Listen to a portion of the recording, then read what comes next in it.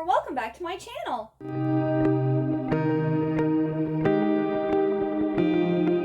So it is Sunday the 9th of October, and this is the start of another weekly reading vlog. So this will probably be going from this Sunday to next Sunday, at least that is the plan.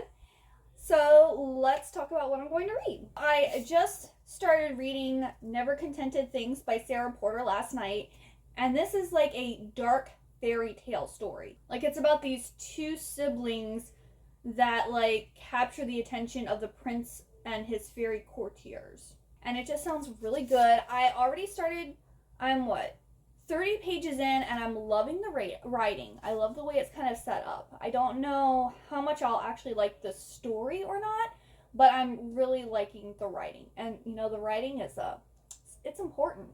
So I will be working on this today.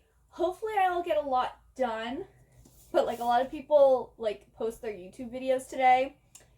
So, but I don't have to do any I'm ahead of schedule for filming like YouTube videos, so I don't have to film anything today, and I only have a short video that I need to edit to get up for this upcoming week.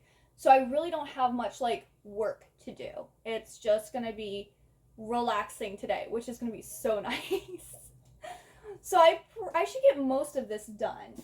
And then I also need to finish listening to Digital Fortress by Dan Brown. This is a conspiracy thriller about the NSA's invincible code-breaking machine that encounters a mysterious code it cannot break. And so they're trying to get this access code to break this mysterious code. And there's a mole in the NSA, and the guy can't find the access code. It's moving hands over in Spain, and it's great. I'm already 241 pages in. And then Plain Bad Heroines was available on Libby. So I decided to borrow that. That way when I finish this, I can then start listening to that. And that one is like a gothic story about this film crew who's making a movie about some occult witchy thing that happened in the past. And I think that in the past there's also some sapphic romance thing. Not really sure the whole gist, but I know it's gothic. That's all I really care about. And it's Mel Citadel pick for her Patreon. So I need to get that listened to. And then, can I just say, Victoria's Secret had this beautiful cotton candy blue and pink plush blanket. So I decided to get it, and it is the softest blanket I have ever, look at this. This is the, cotton candy pink and blue side, and then on the other side is this thick plush cloud material. It is amazing. If this is still available, I will link it down below, because it is literally the softest blanket I own. It feels like a cloud. It's so plush, and I love it so much. It also, cotton candy, look at this. Beautiful. I love it. Not sponsored. I bought this with my own money, and I love it, and I endorse it. And it's actually a pretty good size. I'd say it's for a little over twin bed size. So it's a large throw on top of it. I'd say it's more of a blanket than a throw. But it's amazing. Love it. 10 out of 10. Highly recommend. It kept me so warm last night. I used this and my library kitty blanket that I got from Etsy. And I just felt like I was a little toasty marshmallow in between, some graham crackers and chocolate. It was great. Now, I am going to pull some more books to maybe get an idea of what I'm going to be reading this week. Now, if I pull a big book, one of the dense, Dark Academia or Empire of the Vampire, I'm only going to pull one book out of here. But if I pull another, YA smallish book, I'll pull two. Because I haven't been able to post on my Instagram oh, this is my reading plans this week, because I've been pulling, only knowing two books at a time pretty much what I'm going to read, and I don't have a physical copy of Plain Bad Heroines. I have it on ebook, and then I'm going to be listening to it on audiobook. So plus I kind of just want to know what my week's going to look like to see how much I need to read. So let's see what we got going on here. All right. The Shadow of the Wind. That's all I'm going to be pulling, because that's going to take me a while. Alright, so I'm going to be reading, after Never Contented Things, Shadow of the Wind. This is a big chunker. This is going to take me a while. How many pages are in here? It's a little less than 500 pages, but there's a lot of text on each page. So this is probably going to take me all week long. This I'll probably have finished tomorrow, and then this is going to take me all week. Who knows, maybe I'll love it and I'll like fly through it super fast and have it done in like 3 or 4 days, but we'll see. I'm thinking this is going to take a really long time. But what Shadow of the Wind takes place in Barcelona, 1945, and this guy Daniel, who is the son of an antiquarian book dealer, finds this mysterious book entitled The Shadow of the Wind, and he makes it a shocking discovery that someone has been systematically destroying every copy of every book Carax has written. Julian Carax is the person who wrote Shadow of the Wind. And Daniel might actually have the last of this author's book to exist. And so this person is like trying to hunt down this book to destroy it, and I'm guessing Daniel is protecting it. And this is supposed to be a Gothic novel. So I love Gothic literature, movies, whatever. So yeah. And then what I'm watching this week, I don't always talk about what I'm watching, but it is like the Halloween season. And so last night, my mom, Nana, and I watched the Rob Zombie, The Monsters movie. Every Saturday night, I go over to my parents and hang out with my mom and Nana, and we all like watch TV shows and movies and stuff together. Well, it was, I don't want to say it was bad, but it was definitely like a B movie, and I felt like it would have been better in black and white. The colors they used were a little too assaulting to the eyes. It didn't really give it a Gothic feel. It gave it more of like a cheesy like 80s film, which I love the 80s, but like the Monsters is supposed, what was that, 60s? Is that on the 60s, I believe? And then like the story didn't really make much sense. There was a lot of like plot points and like that isn't logical. Like that couldn't logically happen. And so I had issues with it. My mom goes, it was stupid. And I was just like, I enjoyed it, but I had a lot of issues with it. So then, I've been actually wanting to watch the original Monsters again, but I couldn't find it anywhere to watch it for free. So, I wanted to, like, buy the complete, like, because I think there's 70 episodes and 2 movies that you can buy on this DVD set.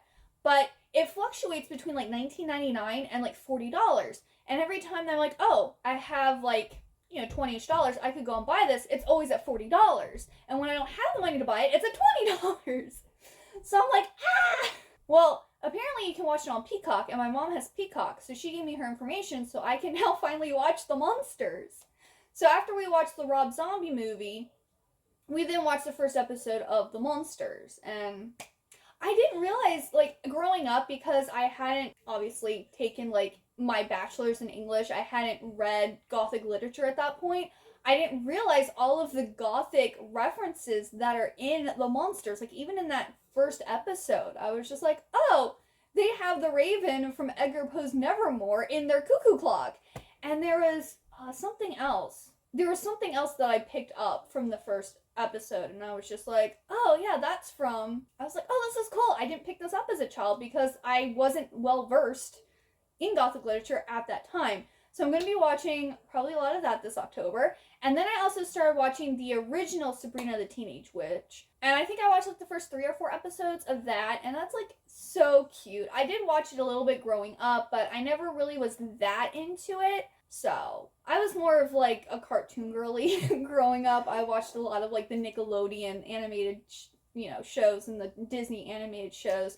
And then like my tween years, I started watching more of like the Zoe 101 and like, more of those. But I also watched like Buffy the Vampire Slayer, Angel, Dr. Quinn Medicine Woman. I love that. Highlander, which I still watch Highlander. I would also probably, I want to rewatch Dr. Quinn Medicine Woman. But yeah, so I watched like adult, like real people shows growing up, but I didn't watch as many like kid shows. Those are my plans for this week. Wish me luck because this is a chunker. But I've only heard good things about this, so I'm hoping that bodes well, that I love it as much as everyone else seems to like it. And I'm really happy I pulled it because I've been needing to read this book for years now. So I'm going to get to reading since I have a lot of it to do.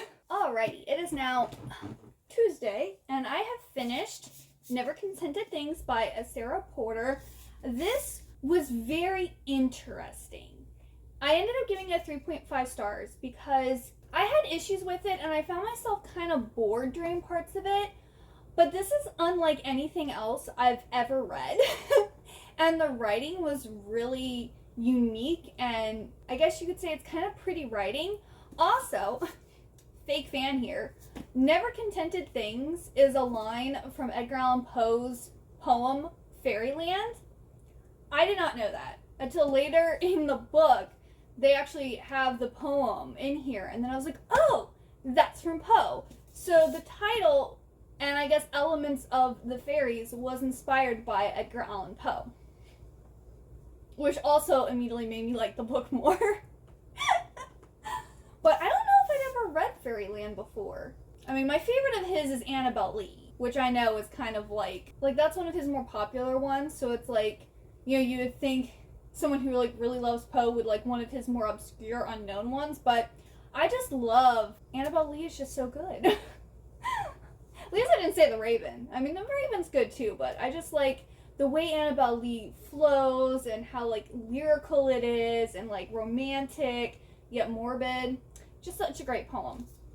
But anyway, this here, this also has a lot of representation. We have a pansexual character, bisexual characters, we have a POC, so like there's lots of representation in this book. And it also has multiple points of view. We have Josh, Lexi, and Ksenia.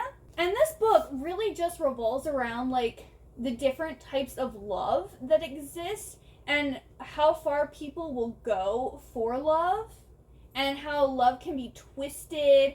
And then also about these fairy creatures who feed and get enjoyment from the sorrows of humans and like our, you know, sorrows and woes and whatnot. Because in this, Josh is in love with his foster sister, Ksenia. And she's about ready to age out of the system, and their foster parents want to adopt Josh, but for whatever reason they have a thing against Ksenia. I really don't understand. Like, apparently nobody really likes Ksenia except for Lexi and Josh, and like everyone's mean to her, and her foster parents don't like her, even though she like gets good grades and she keeps the house clean and is pretty much a well-behaved teenager. They don't like her, and they talk about how she's cold and very truthful and direct. And I'm like, why is that enough to make someone not like someone? If you're doing everything you're supposed to and you're being truthful and honest and to the point, you think you would respect that person. I know I sure would. But like, it's a lot about her not like loving herself and needing to come to terms that, you know, she should love herself and that she should do things for herself and not just for Josh. Because Josh makes a deal with the Fae to kind of like take them away from this world, and like all this stuff happens, and it's a crazy book. Like, it's a little trippy, it's strange, it's not for everyone, but if you like fairies and Poe and representation, I would say you probably would like this book. And it is young adult. It is kind of dark a little bit, but I wouldn't say it's overly dark. That was probably really roundabout and convoluted. I hope you got that, but yeah. I do recommend this book. It was very enjoyable. And then I did listen to more of Digital Fortress. I'm now on chapter 77, which is page 271. So I listened to about 30 more pages. And it's still good. It's still thrilling. Still enjoying it. It's Dan Brown. I'm not going to complain. And then I started The Shadow of the Wind, and I am currently on chapter 14, which is page 105. And I am really liking this. This is like really good. And it's like, I thought it was going to be really dense and take like a long time to read, but I feel like I'm flying through the book. Like, it's not difficult at all to read. It's very quick and fast paced. But we have Daniel. He is our main character. And his father takes him to the Cemetery of Forgotten Books and tells him to select a book. So he ends up selecting The Shadow of the Wind by Julian Carax. And he ends up loving this book. And he wants to know more about the author. He wants to read more of his books.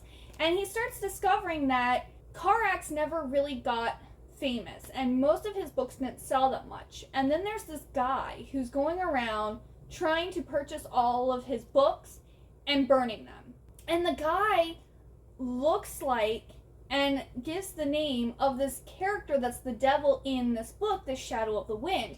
And he's popping up periodically through the book here, asking Daniel for his copy. And then we also find out about like Daniel's first love, who was a girl that was like 10 years too old for him, and how that whole relationship fell apart. They were never together, but you know, he was infatuated with her and he got his heart broken.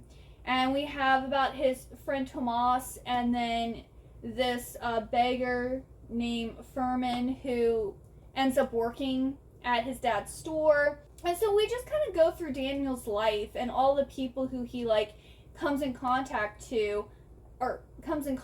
with.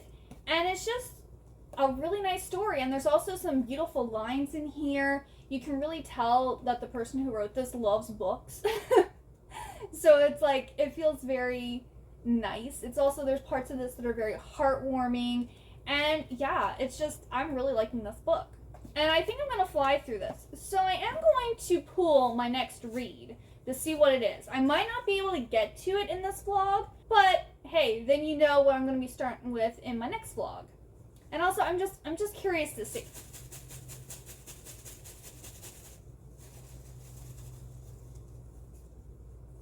Yeah, I picked up two. Okay. Oh, Odd and True.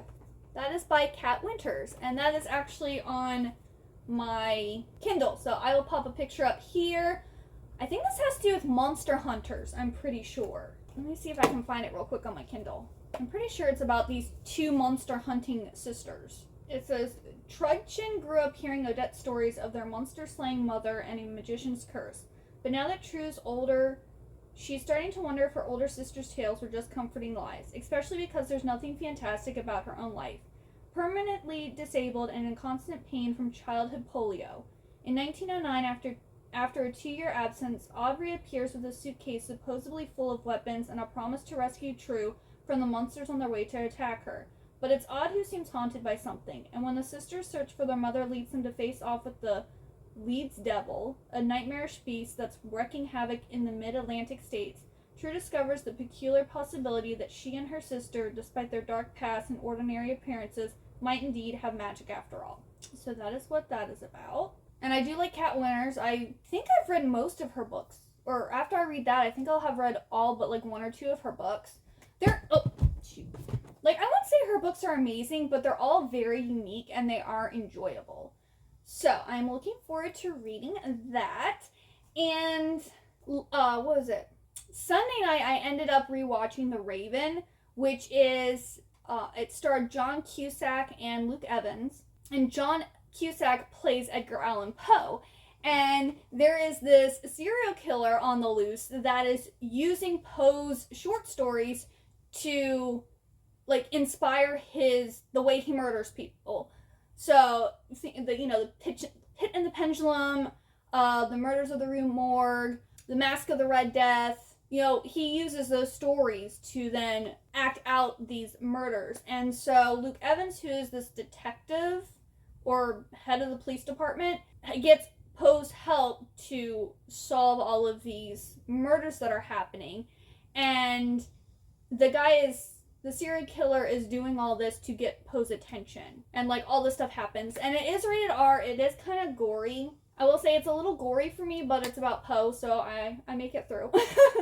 I've only watched it, I think, like 2 or 3 times. And it's so cute because they have Poe with a raccoon pet. And I just think that's so cute. I would love to have a raccoon for a pet, but like you can't legally have those in Maryland.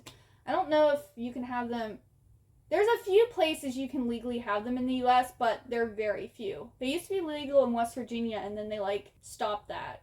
Because I knew someone that I worked with at the diner who had a raccoon. Or her neighbor had a raccoon or something like that. But yeah, it was really good. And then last night I watched more of The Monsters, the original like TV series. I think I watched like 3 or 4 episodes.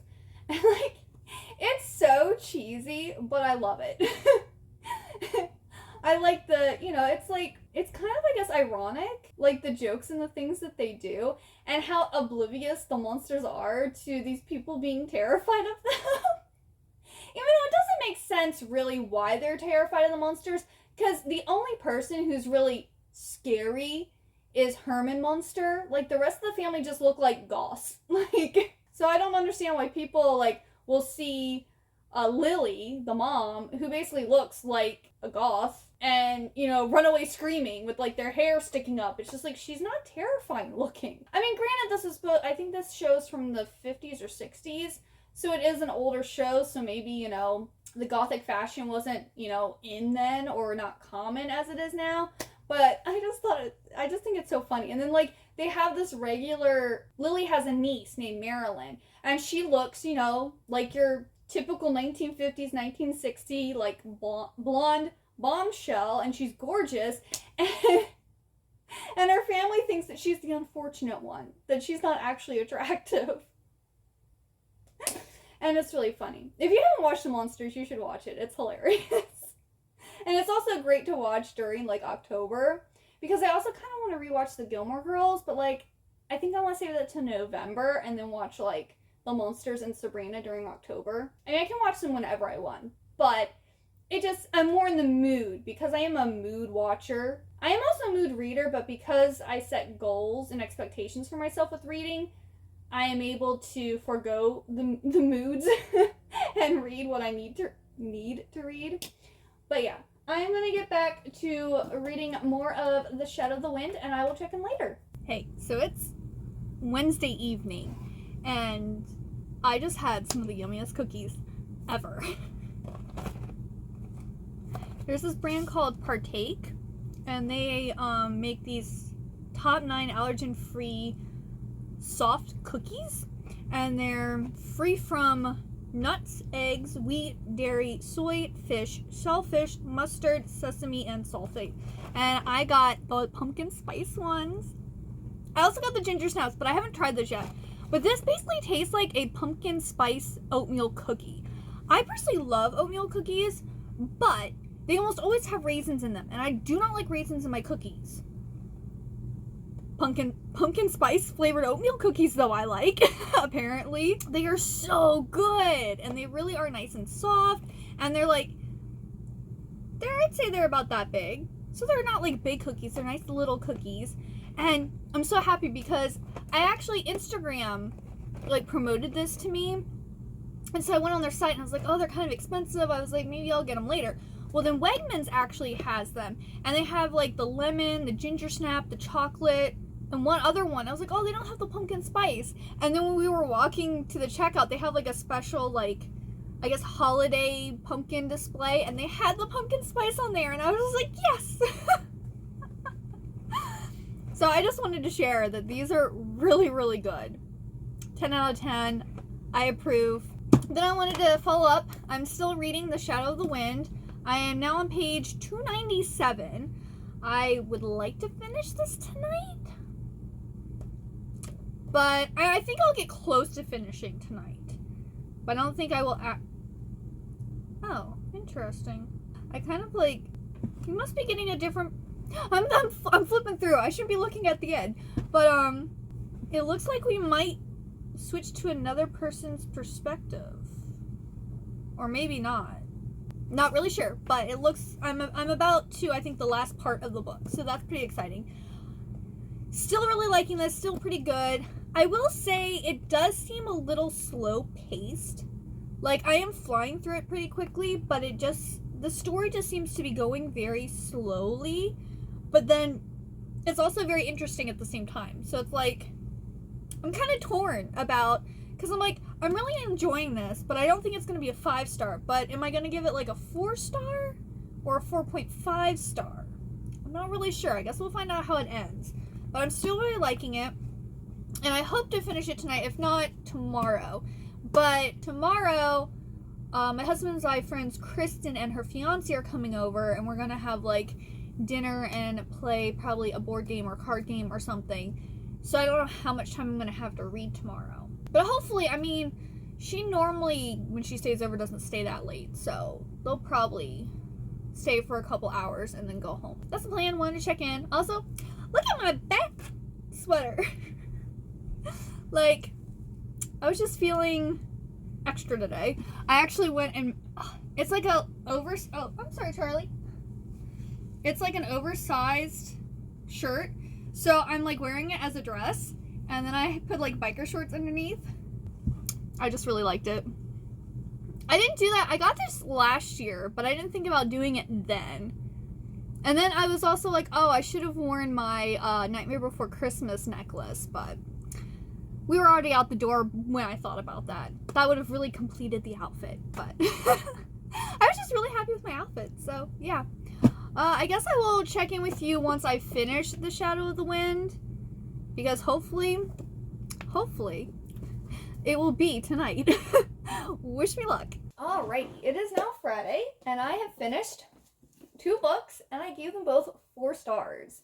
So the first book I finished was Digital Fortress, and it was very exciting, and like the end just like, it was like a roller coaster ride about like what was going on and everything and all the players, and like, yeah, it was really, really good.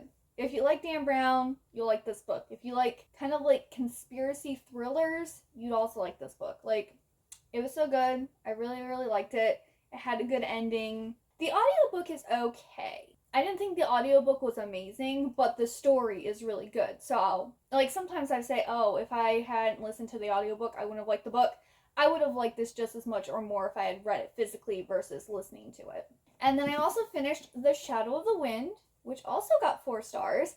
And this was really good. It was very slow paced, which I think Gothic novels tend to generally be slow paced because it's building this world, this atmosphere. It's like intertwining all of this stuff that's going on. And it was a very interesting story. It had great characters. It was also, I don't want to say it was a conspiracy, but there is definitely like more going on. And like, as Daniel, because Daniel becomes obsessed with this author named Julian Carax, and he's like trying to figure out who this guy is and where the rest of his books are, and he's slowly meeting people and uncovering things about this guy, and it just leads to this bigger thing, and you know, lives are at stake, and it's crazy. I guess you could kind of say it's kind of like a thriller too. I would say this is kind of like a thriller. I wouldn't say it's really horror, because it wasn't really scary. I mean, there were a few parts where I was like, oh no, I'm like, oh my goodness, are you serious? Yeah, another really great book. Great for this time of year. Totally matches the vibes for this time of the year. Well, I have read a decent amount this week, and I think I'm going to wrap up this vlog because tomorrow I'm going with my family hiking. So I'm probably going to like film that and then work on reading more books. And so I think I'm going to close out this vlog because I think I have a lot of clips for this. So it should be a decently long vlog. I really hope you enjoyed this video. If you got all the way to the end, please leave me the black heart emoji and let me know any good books that you've read recently. You know, let me know if there's any books that you think I would like. And thank you so much for watching this video. I hope you have a wonderful good day or night, and I hope to see you next time. Bye-bye!